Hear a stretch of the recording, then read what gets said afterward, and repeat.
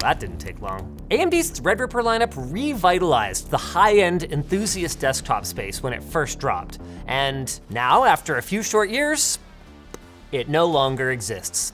That's right, AMD just announced their new Zen 3-based Threadripper Pro chips yesterday, and they look great.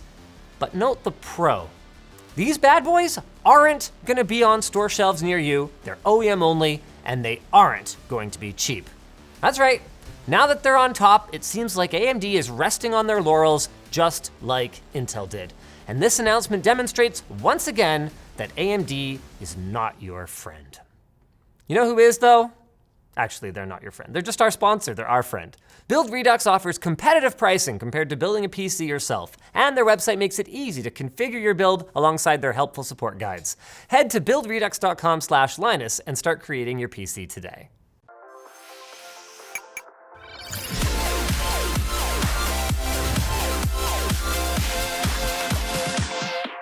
Oh, here we go. Linus is ranting about evil corporations again, but hear me out.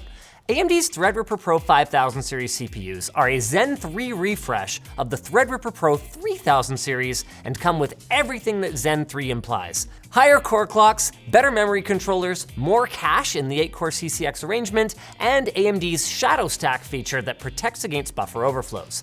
They also come with increasingly enterprise-focused features like more memory capacity and channels, more PCI Express lanes, and a bigger price tag, which is great. Awesome, love it. But I have one question. Where are the cheaper non-Pro Threadrippers? What's that? There aren't any? Well, then what happened to socket STRX4? Oh, it's dead like X399 after only one generation? That is such a shame. Now look, AMD is a publicly traded company, and that means that they are actually legally obligated to do whatever they can to increase profits for their shareholders. Legally. Like, if they didn't do it, they could be sued by their shareholders. So when faced with the prospect of using those Zen 3 chiplets to power lower cost, consumer or enthusiast Threadripper processors compared to jacking up the price for Threadripper Pro and just not selling consumer chips anymore, you gotta bet that they're gonna choose Threadripper Pro.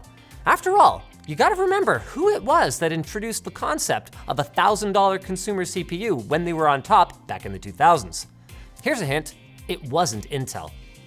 Yes, they make good products, and yes, they've been an underdog for a long time, but when AMD can take advantage of their top dog position, they have, and they will, just like Intel.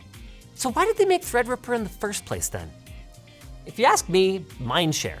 The OG Threadrippers, the 1000 series, if you believe the story, weren't even on AMD's roadmap, and launching them, supposedly, provided AMD with just another piece of their product stack to put even more Zen chips in machines worldwide, meanwhile slapping Team Blue in yet another one of their traditional strongholds, the high-end desktop market. There's just one problem with that in today's world, and that's where this conversation takes a bit of a weird turn.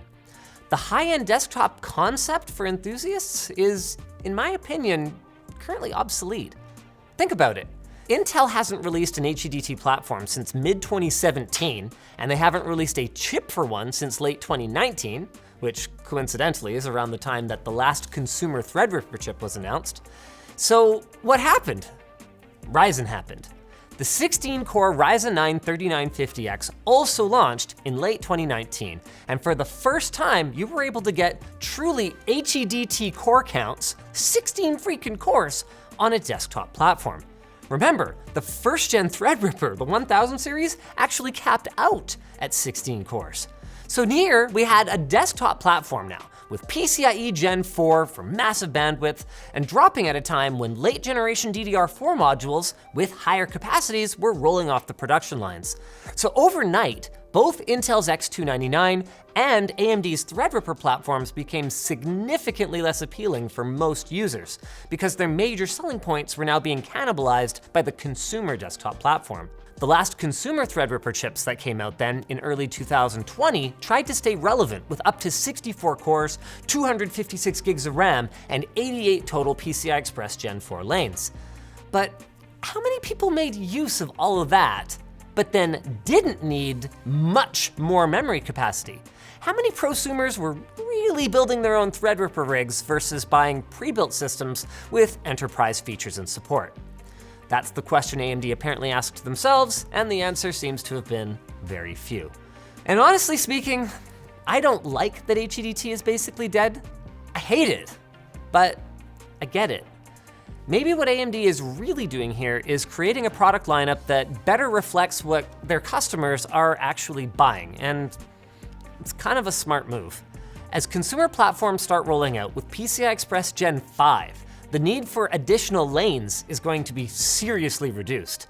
There's even talk already of reducing SSDs to just 2 lanes once Gen 5 hits the data center, because the bandwidth is already there and it makes no sense to tie up the extra lanes and the associated pins and design complexity that come with them. And while it's not quite the same thing as quad channel memory, DDR5's double burst length with 2 subchannels per module effectively means that memory transfers get similar latency benefits. And quite frankly, at risk of being quoted out of context, because I'm all about that more power, well, 16 cores ought to be enough for anybody. Today. If you don't find that comforting, maybe pick up a Swacket from lttstore.com. Unlike Threadripper, they are not discontinued. And I know that kind of thing might upset you as an enthusiast, but think about it. What workloads need 16 cores right now? We're in the middle of a software design paradigm shift, like when we went from single to dual core and dual to quad core. It took and is taking a while for developers to figure out the best way to utilize these extra cores. And quad core turned out to be enough as recently as 5 years ago because, well, damn it, Intel said it was enough. And also because utilizing those extra cores really is a struggle. And going all the way to 16, even power users are having a hard time imagining how to fully utilize them. It's true.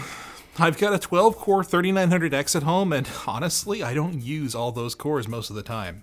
If I didn't dabble with running multiple virtual machines, I'd be just as well off with an 8-core or even a 6-core CPU, especially if all I wanted to do was game. In fact, 6 cores is what I went with for my VR rig. Sure, there's stuff like compiling code and non-GPU rendering, but the reality is that anybody serious enough about coding or graphics to be looking at a Threadripper would probably also be looking at a separate build or render box so their workstation isn't unusable while the job's being done. If, say, I ran a Plex instance, a personal web server, and maybe mess around with a Windows or Mac OS virtual machine, that'd be roughly half my dozen cores, and I'd probably be more pressured on memory and storage at that point. Now, would I complain if I had 16 cores to play with? No. But I don't need them either. I don't even need what I have now. By the time I do, pricing for those extra cores, not to mention platform features like PCI Express Gen 5 and DDR5, will come down and it'll all be more mature to boot. The only times I've personally gone for like the top-end consumer processors were the Core i7 3770K I got with Intel Retail Edge on the cheap, and the Core i7 6700K near the tail end of the quad-core is all you need years, so I'd have the extra threads to work with. And that's just me comparing my 12 cores to 16, let alone Threadripper with up to 64. Now, you could argue that Threadripper would stay relevant for way longer than any desktop chip would, but you'd be wrong about that. The 16-core Threadripper 1950X workstation that I used to type this script is slow as balls, and I have never once used all the cores. I desperately want more IPC and faster memory. I'd happily trade for a 5800X or even a 5600X and some fast memory. I'm not even using more PCI Express lanes than a modern Ryzen desktop can handle. And I'm Anthony. All of that said, the workstation experience is still there, and Threadripper Pro is here to stay and makes more sense to more customers looking for something that's in between Ryzen and EPYC compared to the OG Threadripper. And don't worry, we will definitely be doing a deeper dive on these Zen 3 behemoths, so make sure you're subscribed so you don't miss it. For now, I don't like that they've hung Threadripper customers out to dry, and neither do you. In fact, I'd encourage you to be angry about it, because quite frankly, proving that there's still a market is the only way that AMD might listen and reverse course here. But I would also encourage you to reassess your needs and consider whether you might be just as well served by the coming generation of consumer CPUs. It's not as glamorous and it doesn't look as great on your, Instagram feed, but it's gonna have wider support and a lot more versatile form factors. And your wallet will probably thank you too. Just like this segue will thank me for our sponsor, Squarespace. If you're looking at creating and sharing your own content online, give Squarespace a try. Squarespace is the all-in-one platform for building a top-tier website and growing your brand online. You can upload or embed your video library and organize it in one of Squarespace's best-in-class templates to explore the new ways that you can monetize your content. You can both display your social media content and push website content out to your channels. Plus, with the members area, you can unlock a whole new revenue stream for your videos by posting exclusive content behind either a subscription or a one-time fee. And Squarespace's analytics and insights ensure that you're optimizing your website every step of the way. So head to squarespace.com/LTT and get 10% off today. Thanks for watching. If you guys enjoyed this, go check out our recent video on AMD's Pro Series Ryzen processors and their platform locking function. It's more evidence that maybe AMD doesn't always have the consumer's best interests top of mind.